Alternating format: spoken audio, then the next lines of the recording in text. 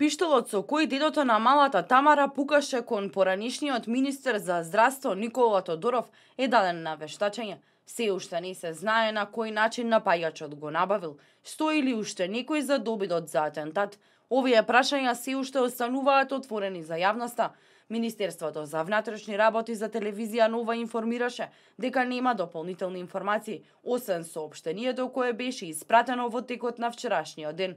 Анализирајќи го случајот за телевизија Нова, психологот Билент Карахасан оценува дека црната кампања има големо влијание и дека политичарите треба да имаат најголема одговорност.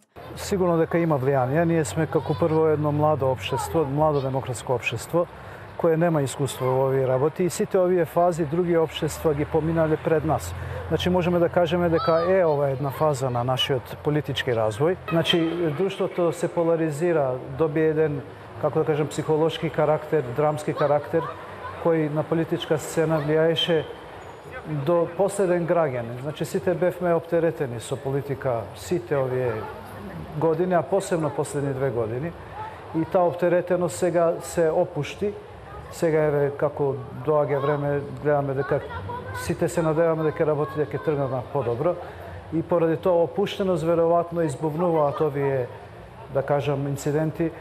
Се надеваме дека овие инциденти нема да се повторат, дека ова ќе биде крај на овие инциденти. 57 годишниот Љупчо Стојановски месецов ќе го помине во истражниот затвор во Шутка, каде ќе издржува мерката 30-дневен притвор. Ваква одлука по двочасовниот распит донесе судија на претходна постапка.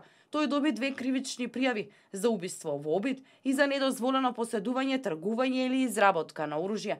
Стојановски во судот се бранел со молчење. Според соопштението, напаѓачот рано наутро прво отишол пред домот на екс-министерот и во 2 наврати барал да се сретне со него. Откако тоа не се случило, тој се упатил пред министерството, каде што и настана целиот инцидент. Стојановски беше совладан од обезбедувањето на Тодоров веднаш откако ги испука 3 куршуми, пошто беше приведен од полицијата.